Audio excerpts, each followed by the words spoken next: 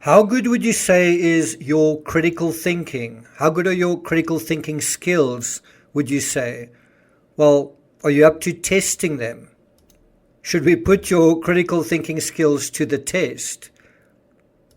Have a look at 10 seconds of this video from a CCTV camera inside an elevator in the Cecil Hotel. What do you see? Foul play or an accident? Hello and welcome to True Crime Rocket Science, the most authentic voice in true crime. So this footage, which seems very arbitrary, very dull even, is the final proof of life of 21-year-old Chinese-Canadian tourist Elisa Lam. It was recorded on January 31st, 2013, so around about 9 years ago. The very next day after it was recorded, February 1st, Elisa Lam's parents reported her missing. 2 weeks later, on February 13, the LAPD released this security footage from the hotel elevator from the Stay on Main Hotel in downtown Los Angeles. Let's have another look at another 10 seconds from that video. Do you think you're looking at an accident or foul play that is in the making? The LAPD conducted a search of the hotel, but since they didn't have probable cause, they were not permitted to search every room. They also brought in dogs and even took the dogs to the rooftop, but the dogs were unable to detect Elisa Lam's scent. As the search of Lam intensified, hotel guests began to complain increasingly of low water pressure, that their water was colored black and had an unusual taste. 6 days after releasing the CCTV footage from the hotel's elevator, Santiago Lopez, a hotel maintenance worker, went to find out what was wrong with the water. He headed to the roof and inspected the 4 1,000-gallon tanks providing water to guest rooms. Peering through the hatch, Lopez saw the body of Lam floating face up in the water. Once again, let's look at 10 more seconds from the inside of that elevator. What do you think took place here? An accident or foul play? Before we get to the rest of this episode, if you haven't subscribed to the channel, please do. Like, share, leave a comment. If you appreciate the thought process in these videos, bear in mind it is quite original. It is definitely quite counter to the prevailing narrative. If you appreciate that, if you're enjoying that, if you're finding it worthwhile and meaningful, be sure to hit the thanks button. And let's get started. So this particular intertextuality is all about applying logic and critical thinking. And what we're going to do is look at the circumstances of this particular case and ask repeatedly, how do you think Lam died? Do you think it was an accident or was she murdered? The best evidence is arguably the CCTV footage we see of Elisa Lam. Unlike the Kiely Rodni case right now, investigators decided Lam died several hours after the footage was recorded, hence her date of death is recorded as February 1, 2013. The CCTV footage was recorded at around 2:30 p.m. on January 1st. So, how did she die? Now, once again, let's look at another 10 seconds of the video from that elevator. According to the coroner's report, Lam's body was moderately decomposed, bloated and naked. Clothing similar to what was seen in the elevator video was seen floating in the water beside her. The clothing appeared to be coated in a sand-like particulate. There was no evidence of SA or physical trauma, in other words, no injuries. Lam's skin appeared a greenish color with marbling on the abdomen and some skin separation. What do you think the toxicology showed? Well, it showed that there were no recreational drugs present and a very small amount of alcohol, 0.02 grams. In other words, intoxication could be ruled out. Traces of prescription medication were nevertheless found, along with non-prescription medications such as Sinutab and ibuprofen. Let's have a look at the pages from the forensic science laboratories dealing with the toxicology. Do you think it was providing you any kind of absolute solution? So let me ask you, seeing the toxicology results and knowing the results, does that solve the mystery of what happened to Elisa Lam? Well, the toxicology shows no abnormally high levels of any substances. So how about the autopsy? Does the autopsy provide anything definitive on how Elisa Lam died?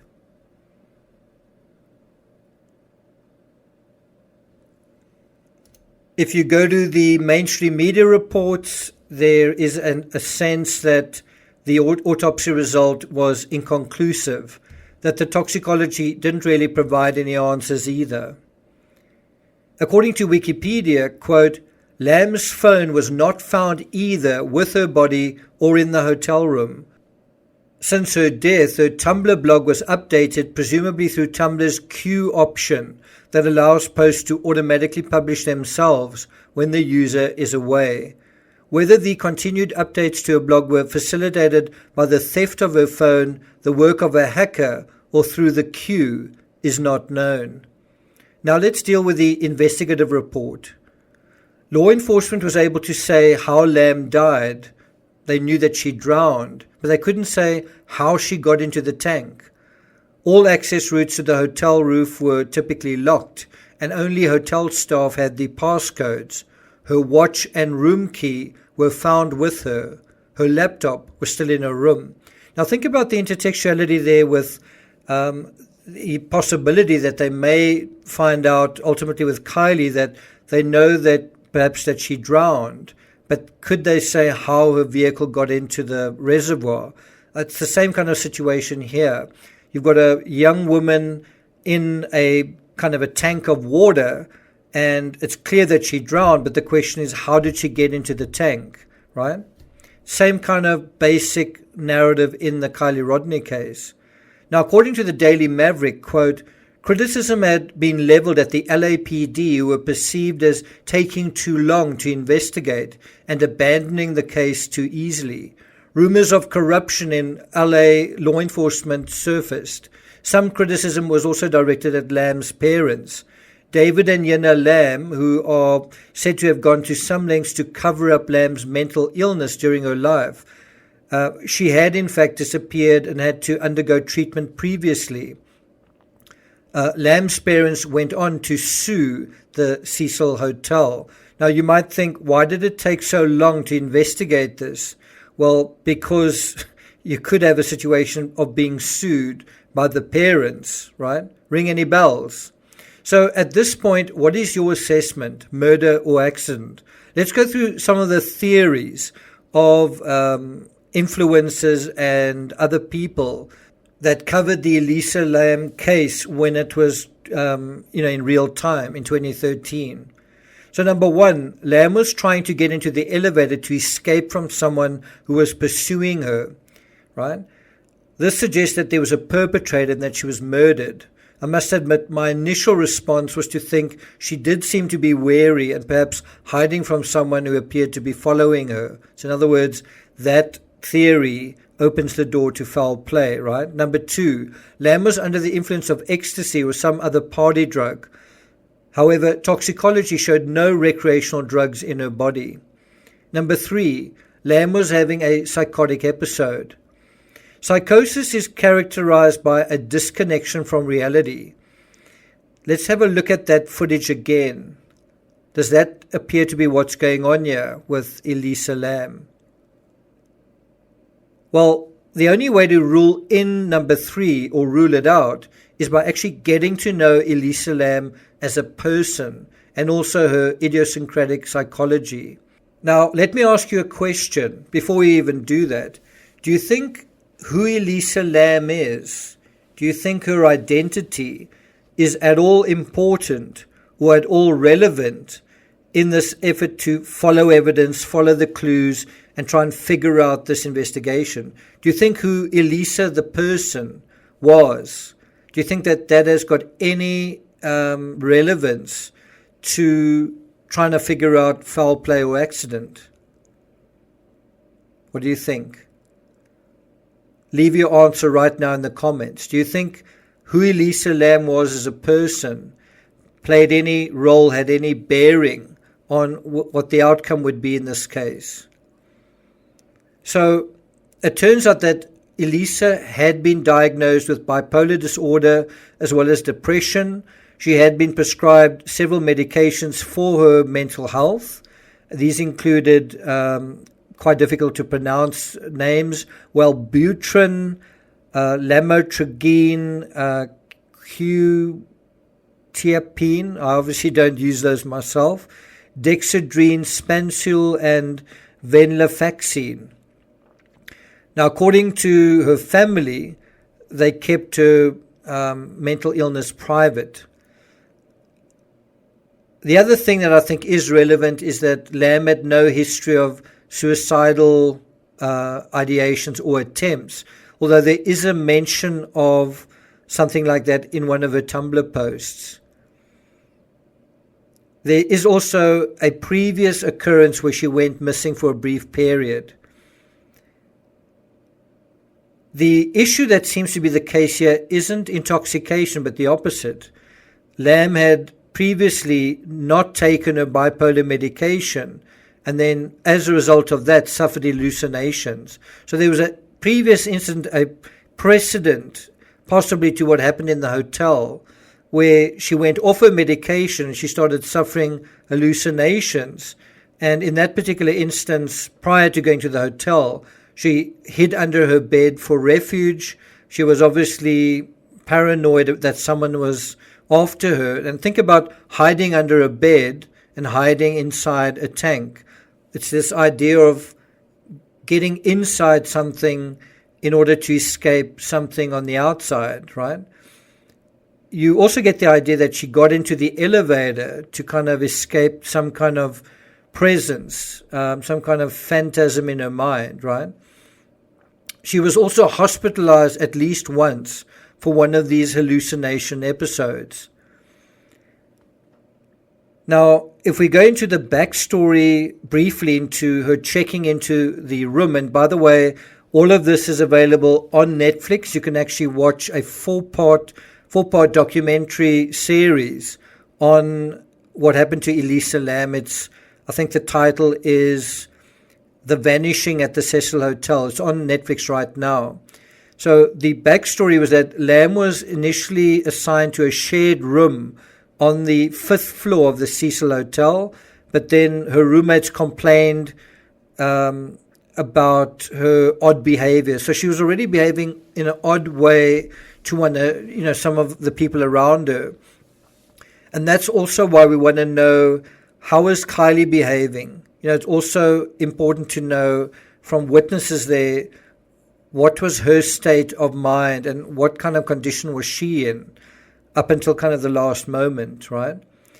According to Amy Price, the manager of the Cecil Hotel and Stay on Main, at the time of Lam's disappearance, Lam was leaving notes for her roommates that said, go home and go away. And so you almost get a sense that there was a sense that her roommates were, in her mind, were after her or something was going on, right?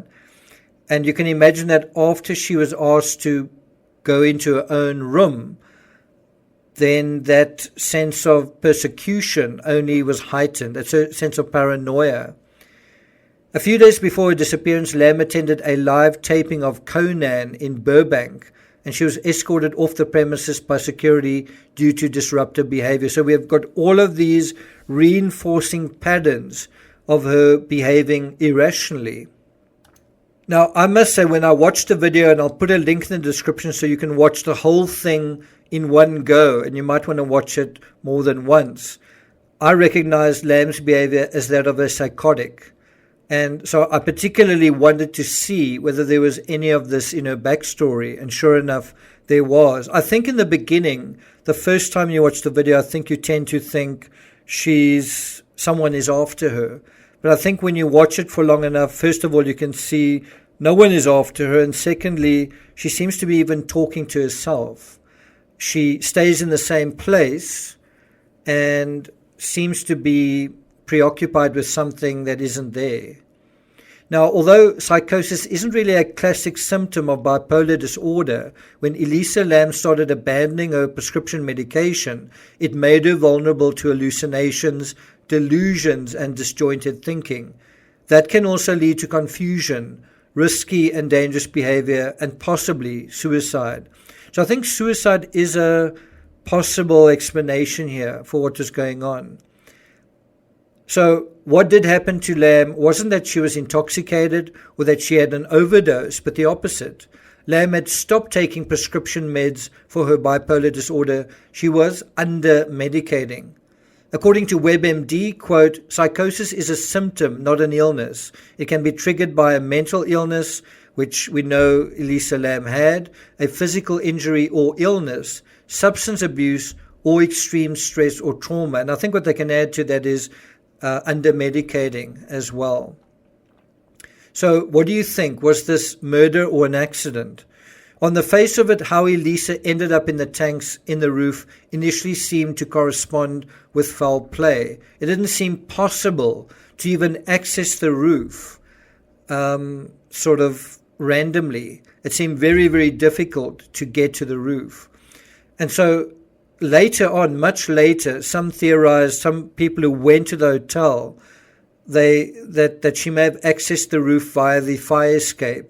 Two of the lids of the tanks were also open. Now, that is kind of the same thing as trying to retrace a route that Kiely could have driven herself. Instead of trying to explain everything through foul play or a murderer, you try and retrace, put yourself in the shoes of the victim and see, is it possible that she could have gotten herself into a particular situation? It's as simple as that. Just a question, is it possible that she could? And so what they showed was that it was possible. It certainly didn't seem very likely, though. Some of the stairs that she had to climb up seemed pretty precarious. So what is your position now on this particular story? Was it murder or an accident? Was it foul play or an accident? I think it's clear that it wasn't murder or foul play, but I'm not 100% sure it's an accident either. The coroner's pathologists were ambivalent about their conclusion that Lam's death was accidental. Now think about some of the things that she wrote on Tumblr. She wrote, for example, "It is a weariness that keeps me at a standstill. I spent about 2 days in bed hating myself. Why don't I simply do the things I know will make me feel better? It isn't rocket science. It isn't that difficult.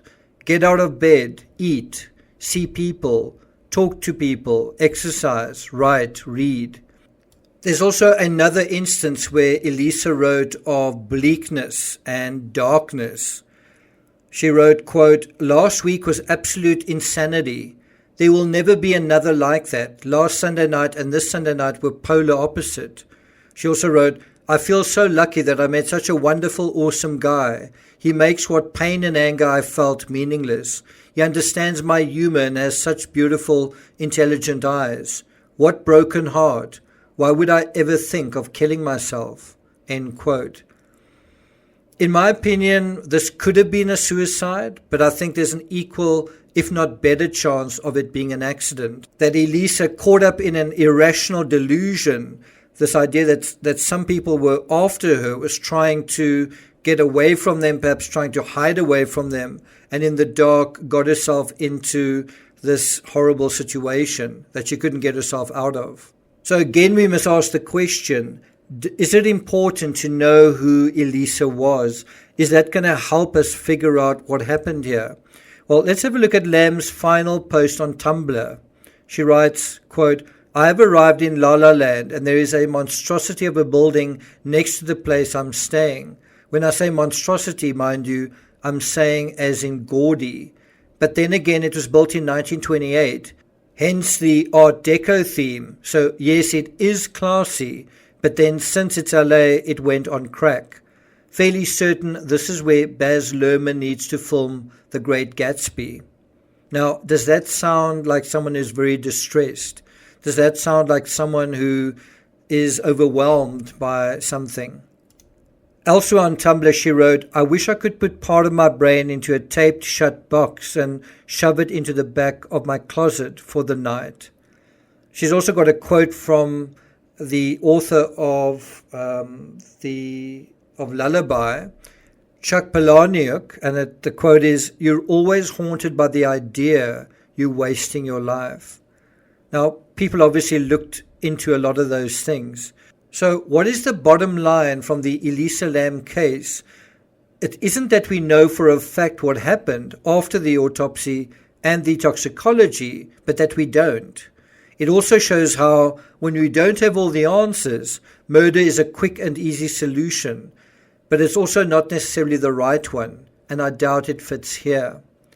The Elisa Lam case shows that in some cases, even accidental cases, there may be many inexplicable aspects that seem to point towards a particular outcome, but the trick is to remain curious, to gather more information, and to defer judgment until the last possible moment. I also think the Elisa Lam case is a textbook case of what social media will do in terms of speculation. They will use this as an opportunity to make hay while the sun shines. They will use that uncertainty to spin conspiracy theories and entertain their audiences. So what ultimately was determined in the Elisa Lam case was that there was no evidence of foul play.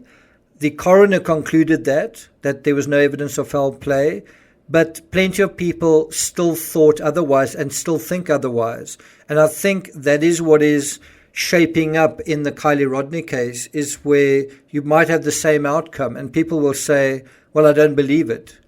And that is probably going to be the legacy of the Kiely Rodni case. Do you think that's a healthy legacy? Do you think that's the sort of legacy you want to take into every case, where in every case you see foul play? In every case you want to see foul play. And I think it also raises the question, when the mainstream media and law enforcement say one thing and social media says something else, is social media to be trusted? And if you say yes, well then, do we really need law enforcement? Instead of law enforcement, we could really just have folks on social media who bring out their pitchforks.